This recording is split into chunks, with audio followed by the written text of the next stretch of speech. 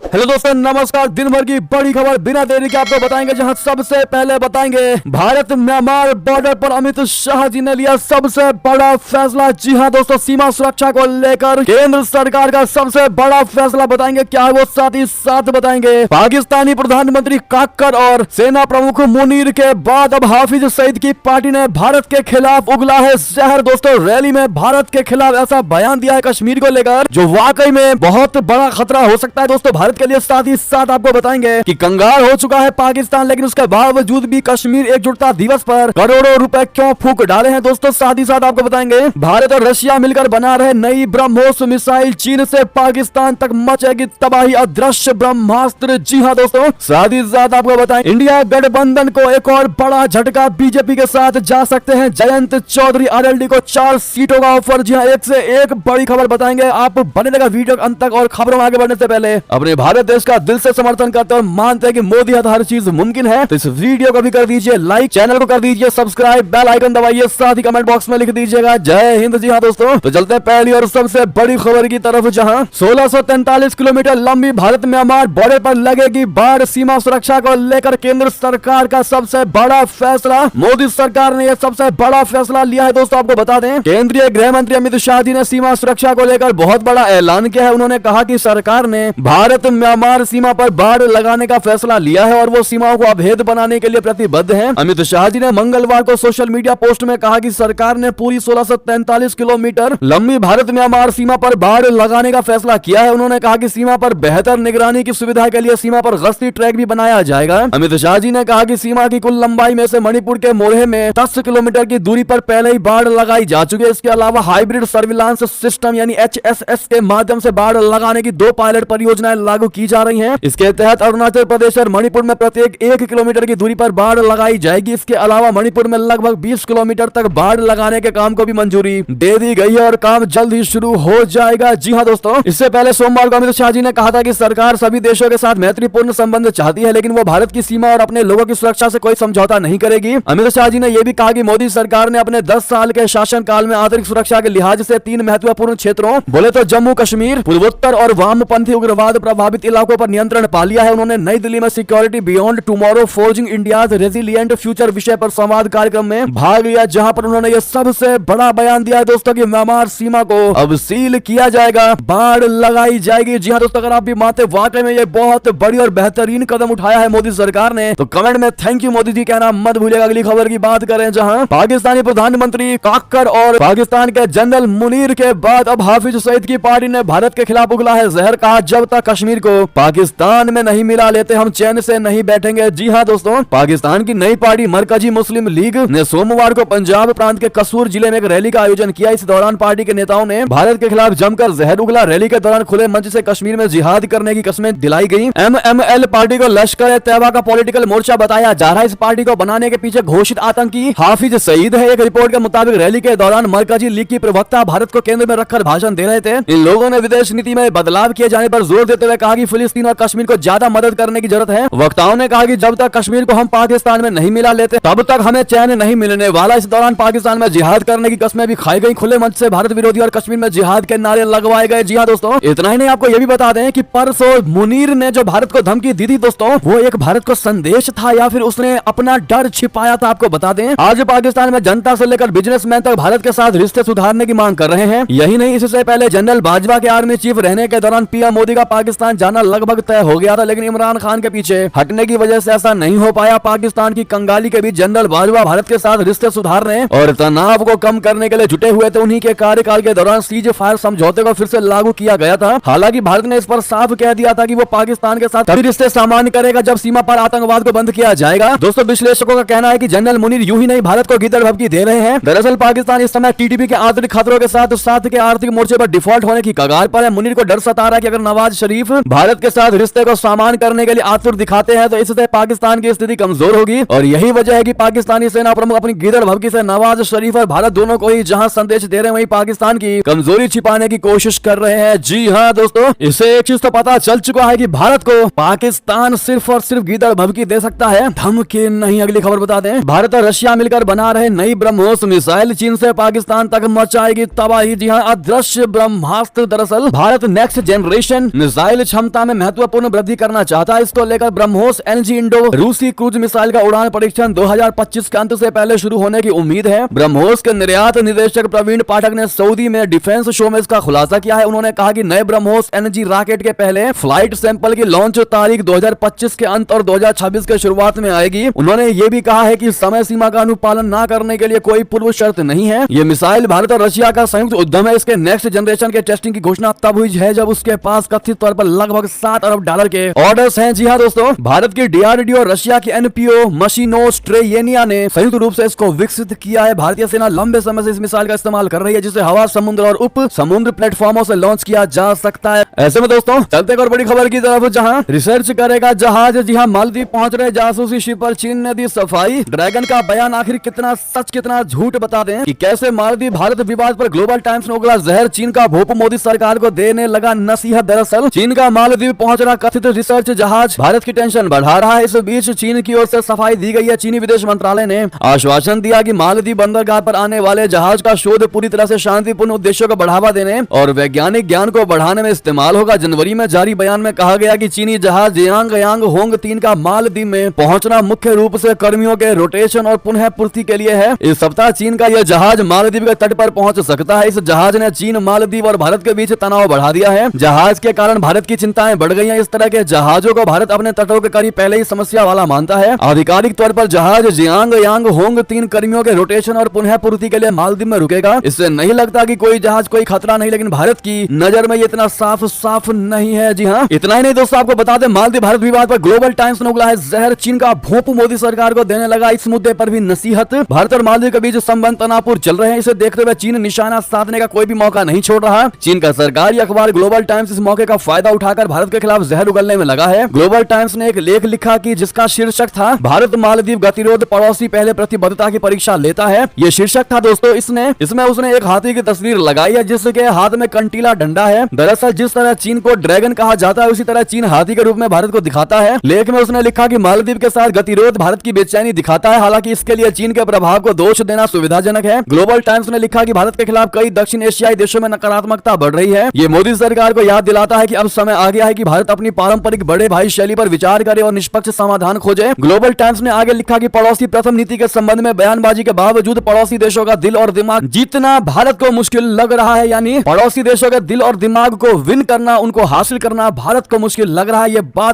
ये जहरीले बोल दोस्तों चीन का भोपू ग्लोबल टाइम्स भारत की मोदी सरकार को दे रहा है। ऐसे में एक भारतीय होने के नाते आपका जवाब तो बनता है। दोस्तों आप लोग क्या जवाब देना चाहेंगे चीन को इस मुद्दे पर, बताइएगा जरूर। जहां जिनपिंग कुछ नहीं कह रहे, लेकिन जिनपिंग का ये भोपू मीडिया ग्लोबल टाइम्स भारत को नसीहत देने में लगा हुआ है। आखिर इतना बड़ा हो गया है ग्लोबल टाइम्स। एक और खबर की ओर चले, जहां लाल सागर में नहीं रुके रहे हुती विद्रोहियों के हमले, 2 जहाजों पर फिर किया ड्रोन अटैक। बताते हैं हुती विद्रोही लाल सागर में जहाजों को निशाना बना रहे हैं। इसके खिलाफ अमेरिका और ब्रिटेन कार्रवाई कर रहे हैं। इस बीच यूके मैरीटाइम ट्रेड ऑपरेशंस और सुरक्षा फर्म एम्ब्रे के हवाले से खबर है कि मंगलवार को लाल सागर में यमन के पास एक ड्रोन हमला हुआ। हमले में एक ब्रिटिश मालवाहक जहाज को मामूली क्षति हुई। हुती विद्रोहियों ने ही ये हमला करने का दावा किया है। अगली खबर बता दें, हिंदू मंदिर के प्राण प्रतिष्ठा के लिए महंत स्वामी महाराज पहुंचे अबू धाबी। शेख नाहयान मुबारक ने किया उनका स्वागत। बता दें अबू धाबी के पहले हिंदू मंदिर के प्राण प्रतिष्ठा समारोह के लिए महोत्सव के लिए महंत स्वामी महाराज यूएई के अबू धाबी पहुंचे हैं। इस दौरान उनका राजकीय अतिथि के तौर पर स्वागत किया गया है। पीएम मोदी 14 फरवरी को अबू धाबी में हिंदू मंदिर के प्राण प्रतिष्ठा समारोह में शिरकत करेंगे। गौरतलब है कि मध्य पूर्व में पारंपरिक हिंदू वास्तुकला शैली में पहला पाषाण निर्मित मंदिर होने जा रहा है, जिसका निर्माण बीएपीएस संस्था द्वारा किया गया है। अबू धाबी में स्थित यह भव्य मंदिर भारत और संयुक्त अरब अमीरात के बीच मैत्री, सांस्कृतिक सद्भाव व सहयोग की भावना का प्रतीक है। जी हाँ, अबू धाबी के शेख नाहयान मुबारक अल नाहयान ने उनका स्वागत करते हुए कहा कि हमारे देश में आपका स्वागत है, मुझे आपके आशीर्वाद की अनुभूति हो रही है। हमारे देश में आपकी उपस्थिति से हम धन्य हैं। उल्लेखनीय है कि 2015 में अबू धाबी के क्राउन प्रिंस और यूएई शेख मोहम्मद बिन जायद नाहयान ने मंदिर के निर्माण के लिए 13.5 एकड़ जमीन उपहार में दी थी। इसके बाद जनवरी 2019 में 13.5 एकड़ भूमि और आवंटित की गई, जिसके बाद कुल 27 एकड़ भूमि मंदिर को भेंट की गई। जी हाँ दोस्तों, ऐसे में कमेंट में जय श्री राम कहना मत भूलिएगा और थैंक यू यूनाइटेड अरब अमीरात यानी यूएई जरूर कह दीजिएगा, ताकि उनको भी पता चले दोस्तों कि हमारे भारत और भारत के एक एक व्यक्ति इस मंदिर के लिए वाकई में काफी खुश हैं और आपको धन्यवाद कर रहे हैं। अगली खबर की ओर चलें, जहां ऑस्ट्रेलियाई सीनेटर ने भगवत गीता पर हाथ रखकर ली शपथ। भारत से है गहरा नाता। बता दें ऑस्ट्रेलिया की संसद में भारतीय मूल के बैरिस्टर वरुण घोष नए सीनेटर बने हैं। उन्होंने भगवत गीता पर हाथ रखकर शपथ ली है। उनके इस कदम की पूरी दुनिया में चर्चा हो रही है। वरुण का जन्म भारत में हुआ था, इसलिए वो ऑस्ट्रेलियाई संसद के पहले ऐसे सदस्य हैं जिसने भारत में जन्म लिया हो। वरुण पश्चिमी ऑस्ट्रेलिया के रहने वाले हैं और नए सीनेटर चुने गए हैं। उन्हें संघीय संसद की सीनेट के लिए चुना गया है। ऑस्ट्रेलिया के पीएम एंथनी अल्बनीज ने वरुण को बधाई दी और कहा है कि नए सीनेटर वरुण घोष का स्वागत है, आपका टीम में होना शानदार है। सीनेटर वरुण घोष ने अपनी खुशी को साझा करते हुए कहा कि मुझे सौभाग्य मिला कि मेरी अच्छी शिक्षा हुई। मेरा विश्वास है कि हर किसी के लिए उच्च शिक्षा उपलब्ध होनी चाहिए। अगली खबर बता दें, चीन बना रहा रोबोट की सेना, खतरनाक प्लान का किया खुलासा। पड़ोसी से है क्या जंग की तैयारी, बता दें चीन अपनी विशाल सीमा की सुरक्षा के लिए एक बहुत बड़ी चाल चलने वाला है। ऐसा लगता है कि चीन आधुनिक युद्ध में मानव सैनिकों को रोबोट से बदलने की कोशिश में लगा है। चीन ने योजना बनाई है कि अगले 10 वर्षों के अंदर विदेशों से जुड़े मिशन में वो रोबोट सैनिकों और ड्रोन का इस्तेमाल करेगा। चीन की पीपुल्स लिबरेशन आर्मी नए जमाने के ड्रोन विकसित करने के लिए वैज्ञानिकों के साथ मिलकर काम कर रही है। ये ड्रोन इंसानों की जगह लेंगे। साउथ चाइना मॉर्निंग पोस्ट की रिपोर्ट के मुताबिक ड्रोन में लंबी दूरी तक उड़ान भरने, गहरे पानी में जाने और लंबे समय तक अदृश्य रहने की क्षमता होगी। कमांड मिलने पर ये ड्रोन टारगेट की ओर बढ़ेंगे और घातक हमला करेंगे और फिर पानी में जाकर लहरों में गायब हो जाएंगे। पीपुल्स लिबरेशन आर्मी की ओर से प्रकाशित किए गए एक पेपर में एक काल्पनिक विदेशी विशेष अभियान के प्लान की डिटेल दी गई है, जहां ऐसी उन्नत ड्रोन टेक्नोलॉजी का लाभ उठाया जा सकता है। जी हां, अगली खबर बता दें, कंगाल हो चुका है पाकिस्तान, फिर भी कश्मीर एकजुटता दिवस पर फूंक डाले करोड़ों रुपए। जी हां, एक तरफ तो पाकिस्तान अपनी पाताल में पहुंच चुकी अर्थव्यवस्था, डवाडोल राजनीतिक स्थिति और लगभग हर हिस्से से उठ रही आजादी की आवाज से परेशान है, तो वहीं दूसरी तरफ कश्मीर को लेकर उसका पागलपन कम होने का नाम नहीं ले रहा है। इस साल भी पाकिस्तान ने भारी फंड खर्च करके 5 फरवरी को कश्मीर सॉलिडेरिटी डे मनाया। हालांकि ना तो विदेशों में और ना ही पाकिस्तान के अंदर उसका कुछ असर पड़ा। विदेशों में इसे कहीं से समर्थन नहीं मिल पाया और ना ही पाकिस्तान के दूतावास कोई बड़ी भीड़ एकत्र कर पाया। ऊपर से यहाँ के निवासियों का कहना था कि कश्मीर सॉलिडेरिटी डे केवल पीओके और गिलगित बाल्टिस्तान पर पाकिस्तान के अवैध कब्जे को जायज ठहराने के लिए मनाया जाता है, ना कि भारत को लेकर। यहाँ के निवासियों ने इलाके के खराब हालात, आटे और पीने के पानी की किल्लत और बिजली की मांग करते हुए रैलियां निकाली। उनका कहना था कि पाकिस्तान की सेना और आतंकवादी पीओके के संसाधनों को लूट रहे हैं और बदले में उन्हें कुछ मिल नहीं रहा है और दुनिया को दिखाने के लिए कश्मीर सॉलिडेरिटी डे मना रहे हैं, जो कि सबसे बड़ा फ्रॉड है। जी हाँ दोस्तों, बहरहाल पीओके में बैठे कश्मीरियों के ऊपर बहुत बड़ी चाल चल रहा है पाकिस्तान। दोस्तों, उनको आड़े लेकर के अपने आप को सही बनाने की कोशिश में लगा हुआ है पाकिस्तान की सेना। बहरहाल इस बार आपकी जो भी राय हो कमेंट में लिखकर अवश्य बताएगा। चलते अगली बड़ी खबर की तरफ, जहां MQ-9B ड्रोन की खरीद से भारत को कैसे होगा फायदा, अमेरिका ने दी जानकारी। बता दें, अमेरिका ने बीते हफ्ते अपने आधुनिक MQ-9B ड्रोन भारत को बेचने की मंजूरी दी है। इस समझौते पर मुहर लगने के बाद से ही माना जा रहा है कि चीन और पाकिस्तान से सटे सीमाई क्षेत्र और समुद्री इलाकों में भारत की ताकत तेजी से बढ़ेगी। इस बीच अमेरिका ने भी इन ड्रोन्स की ताकत को लेकर जानकारी दी है। अमेरिकी विदेश विभाग के उप प्रवक्ता वेदांत पटेल ने सोमवार को एक प्रेस कॉन्फ्रेंस को संबोधित करते हुए कहा कि हमें लगता है कि इन ड्रोन्स की बिक्री भारत को समुद्री सुरक्षा और समुद्री क्षेत्र में जागरूकता बढ़ाने की क्षमता प्रदान करेगी। उन्होंने कहा कि इस समझौते से भारत को इन एयरक्राफ्ट का सीधा हक मिल जाएगा और हम इसके लिए अपने भारतीय साझेदारों के साथ सहयोग बढ़ाना जारी रखेंगे। अगली खबर बता दें, मिस्र तक पहुंच सकती है इजराइल हमास युद्ध की आंच, अमेरिकी विदेश मंत्री पहुंचे समझौता कराने, बंधकों की रिहाई पर जोर। बता दें, मिस्र के नेताओं और अमेरिकी अधिकारियों से मुलाकात करने के लिए मंगलवार को काहिरा में मौजूद अमेरिका के विदेश मंत्री एंटनी ब्लिंकन ने कहा कि उग्रवादियों से बंधकों को छुड़ाने के बदले इजराइल हमास के बीच संघर्ष विराम के लिए वार्ता करने पर मुख्य रूप से ध्यान केंद्रित किया जाएगा। इजराइल ने संकेत दिए हैं कि गाजा में जारी लड़ाई फैलकर मिस्र सीमा तक पहुंच सकती है, जिसको लेकर मिस्र में बढ़ती चिंताओं के बीच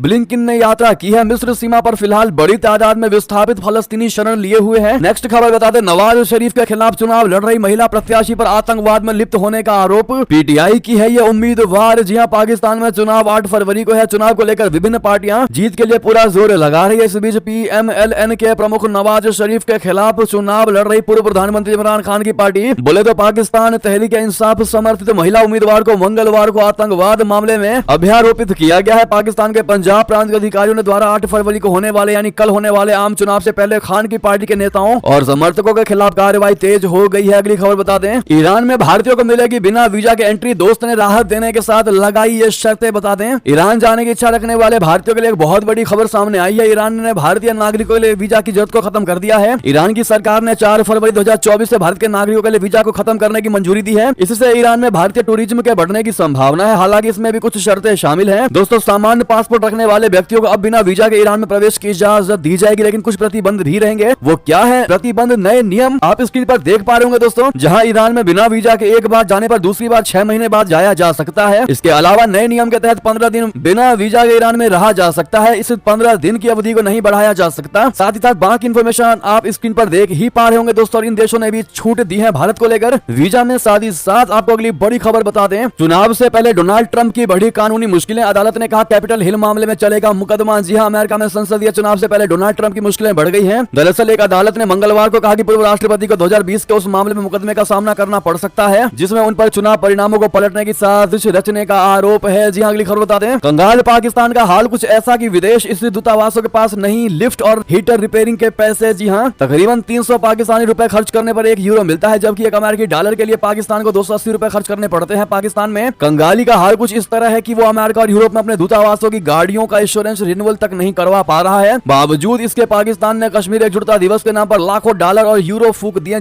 लेकिन जिस मंशा के साथ पाकिस्तान ने ऐसा किया उसका नतीजा शून्य रहा। केंद्रीय खुफिया एजेंसियों के मुताबिक पाकिस्तान की ओर से देश और दुनिया भर में सोमवार को मनाया गया कश्मीर एकता दिवस न सिर्फ फेल हुआ बल्कि कंगाल पाकिस्तान की ओर से खर्च किए गए रुपयों पर उनके ही लोगों ने सवाल उठाने शुरू कर दिए। अगली खबर बता दें, आखिर लद्दाख में किस बात को लेकर हो रहा है हंगामा, सड़कों पर क्यों उतरे हैं लोग, क्या है उनकी मांग, बता दें। पारा इस वक्त माइनस के आसपास, लेकिन राजनीतिक माहौल काफी गर्म। लद्दाख में इस वक्त कुछ ऐसा ही देखने को मिल रहा है। जम्मू कश्मीर में धारा 370 को केंद्र सरकार ने साल 2019 में हटा दिया और राज्य को 2 केंद्र शासित राज्यों में विभाजित कर दिया। इसमें लद्दाख और अलग केंद्र शासित राज्य बनाया गया। अब इस राज्य को पूर्ण राज्य का दर्जा देने की मांग को लेकर लोग सड़कों पर उतरे हैं। इन लोगों की मांग है कि लद्दाख को पूर्ण राज्य का दर्जा दिया जाए, साथ ही संविधान की 6ठी अनुसूची को लागू किया जाए। इस पर आपकी क्या राय होगी दोस्तों, कमेंट में लिखकर अवश्य बताइएगा। अगली खबर की बात करें, जहां इंडिया गठबंधन को एक और बड़ा झटका बीजेपी के साथ जा सकते हैं जयंत चौधरी। आरएलडी को 4 सीटों का मिला ऑफर। बता दें, लोकसभा चुनाव में बीजेपी की हैट्रिक रोकने की तैयारी में जुटे इंडिया गठबंधन को एक और बड़ा झटका लग सकता है। कारण है जयंत चौधरी बीजेपी के साथ गठबंधन में शामिल हो सकते हैं। सूत्रों की माने तो बीजेपी ने यूपी में आरएलडी को 4 लोकसभा सीटों का ऑफर दिया है। इसके बाद चर्चाएं तेज हैं कि आरएलडी और समाजवादी पार्टी का गठबंधन टूट सकता है। सूत्रों के मुताबिक बीजेपी ने जो 4 सीटें आरएलडी को ऑफर की है उनमें कैराना, बागपत, मथुरा और अमरोहा शामिल है। वहीं समाजवादी पार्टी चाहती थी कि उसके उम्मीदवार मुजफ्फरनगर, कैराना, बिजनौर लोकसभा सीटों पर आरएलडी के सिंबल पर चुनाव लड़े। इसके चलते आरएलडी और सपा गठबंधन में टूट के कारण बनते दिखाई दे रहे हैं। बता दें कि काफी पहले ही जयंत चौधरी और अखिलेश यादव की लखनऊ में हुई मुलाकात के बाद 7 सीटों पर डील हो गई थी। इन 7 सीटों में बागपत, मुजफ्फरनगर, कैराना, मथुरा और हाथरस तो तय है, लेकिन 2 सीटों पर अभी भी नाम को लेकर संशय बना हुआ था। अभी ये नहीं हो पा रहा कि मेरठ, बिजनौर, अमरोहा, नगीना और फतेहपुर सीकरी में से कौन सी और 2 सीट आरएलडी को दी जाएगी। जी हां, अगली खबर बता दें, शरद पवार की नहीं रही एनसीपी। लोकसभा चुनाव से पहले झटका अजीत पवार को सिंबल। दरअसल एनपीसी शरद पवार की रहेगी अजीत पवार की। इसको लेकर चुनाव आयोग ने मंगलवार को फैसला सुना दिया। चाचा और भतीजे की लड़ाई में बाजी भतीजे के हाथ लग गई। चुनाव आयोग ने कहा है कि अजीत पवार गुट वाली एनसीपी ही असली एनसीपी है। 6 महीने से अधिक समय तक चली 10 से अधिक सुनवाई के बाद चुनाव आयोग ने राष्ट्रवादी कांग्रेस पार्टी यानी एनसीपी के विवाद का निपटारा किया और अजीत पवार के नेतृत्व वाले गुट के पक्ष में फैसला सुनाया। इसके बाद अजीत पवार को राष्ट्रवादी कांग्रेस पार्टी का नाम और चिन्ह मिला। तो वहीं चुनाव आयोग ने शरद पवार को अपने नए राजनीतिक गठन के लिए एक नाम का दावा करने और आयोग को 3 प्राथमिकताएं देने का एक बार विकल्प प्रदान किया है। रियायत का उपयोग 7 फरवरी 2024 को दोपहर 3 बजे तक किया जा सकता है। अगली खबर बता दें, अखिलेश यादव को यात्रा में कांग्रेस का न्योता। नीतीश कुमार को खोकर दोस्त को मना रही है पार्टी। जी हां, कांग्रेस ने भारत जोड़ो न्याय यात्रा के लिए समाजवादी पार्टी के प्रमुख और यूपी के पूर्व मुख्यमंत्री अखिलेश यादव को न्योता दिया है। अखिलेश ने भी निमंत्रण स्वीकारते हुए पार्टी को यात्रा के लिए बधाई दी है। कांग्रेस का यह कदम तब सामने आया है जब हाल ही में अखिलेश यादव और कांग्रेस के बीच सीट शेयरिंग को लेकर नाराजगी सामने आई थी। इसके अलावा बिहार में नीतीश कुमार को खोने के बाद कांग्रेस पार्टी अब ज्यादा सतर्क हो गई है और उसे लोकसभा चुनाव से पहले अपने दोस्तों से बिगड़ने का डर सता रहा है। एएनआई की रिपोर्ट है कि कांग्रेस अध्यक्ष मल्लिकार्जुन खड़गे ने 16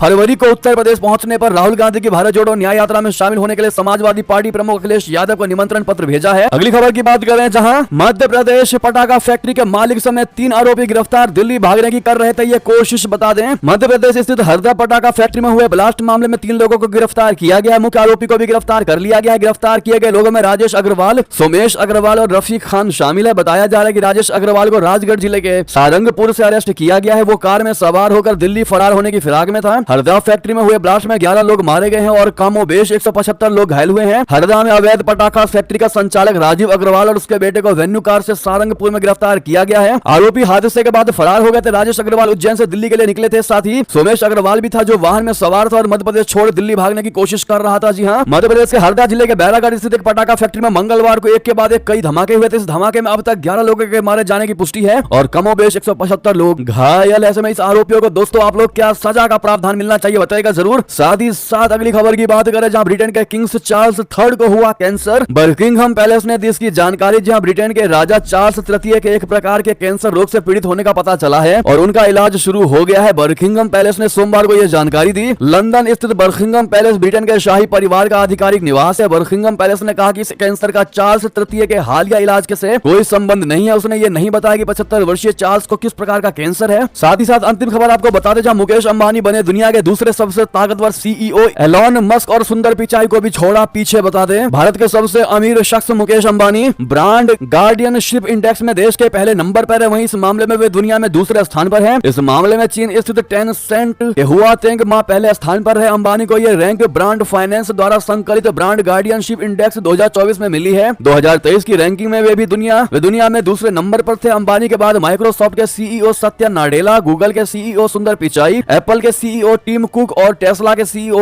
एलॉन मस्क से भी आगे हैं। तो वहीं वे टाटा समूह के एन चंद्रशेखरन, महिंद्रा समूह के अनीश शाह जैसे कई अन्य भारतीयों से भी आगे रहे हैं और इस इंडेक्स को ब्रांड फाइनेंस ने बनाया है। जी हाँ दोस्तों, बहरहाल मुकेश अंबानी को आप लोग कांग्रेचुलेशन कहना बिल्कुल मत भूलिएगा। बहरहाल ये थी अभी की सारी बड़ी खबरें। आपको हमारी खबर कैसी लगी? आशा करता हूँ बहुत अच्छी लगी होगी। अगर थोड़ी भी अच्छी लगी तो इस वीडियो को दोस्तों, भाइयों में, साथियों में, रिश्तेदारों में शेयर अवश्य कर दीजिएगा और अभी कर दीजिए इस वीडियो को लाइक, चैनल कर दीजिए सब्सक्राइब, बेल आइकन दबाइए, साथ ही कमेंट बॉक्स में लिख दीजिएगा जय हिंद जय भारत। और यहाँ तक बने रहने के लिए आप सभी का बहुत बहुत धन्यवाद।